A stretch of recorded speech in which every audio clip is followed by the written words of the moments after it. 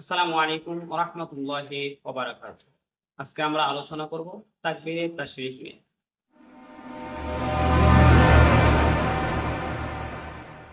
তো আমাদের আলোচনার বিষয় ছিল আজকে তাকবীরে তাশরিক নিয়ে।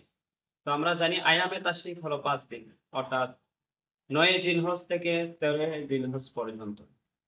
তো আইয়ামে তাশরিক তাকবীরে তাশরিক হলো ৯ জিলহজ ফজর থেকে নিয়ে ১৩ জিলহজ আসর পর্যন্ত তাকবীরে তাশরিক।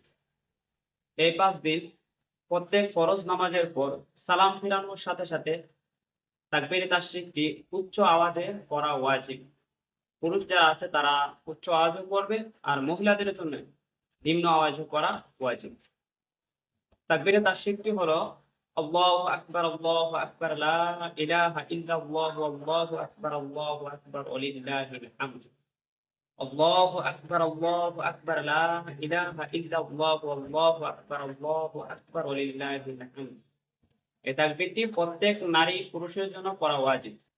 পুরুষের জন্য উচ্চ আওয়াজে পড়া ওয়াজিব, নারীদের জন্য আস্তে আওয়াজে পড়া ওয়াজিব এবং প্রত্যেক ফরজ নামাজের পর সালাম ফেরানোর সাথে সাথে একবার পড়া ওয়াজিব।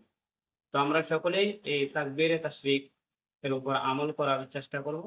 তাকবীরে তাশরিকটি শুরু হবে ৯ জিলহজ ফজর থেকে, অর্থাৎ আমাদের আগামীকাল শুক্রবার ফজর নামাজের থেকে নিয়ে আমাদের মঙ্গলবার আসর নামাজ পর্যন্ত আমরা এই তাকবীরটি পড়ব।